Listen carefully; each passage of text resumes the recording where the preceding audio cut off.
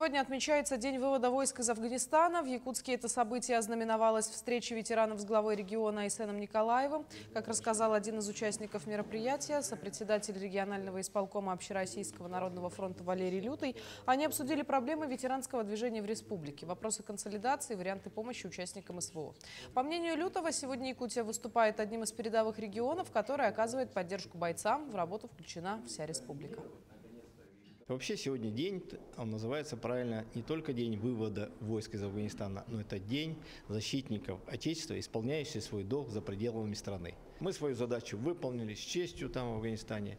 И примером тому я всегда привожу пример, что афганцы, с кем мы воевали, афганский народ, душманы, наш противник, нас уважает, мы приезжаем туда легко, с нами общаются и с нами разговаривают и говорят: да. На примере тех же американцев наш воин там показал, как честный, порядочный воин.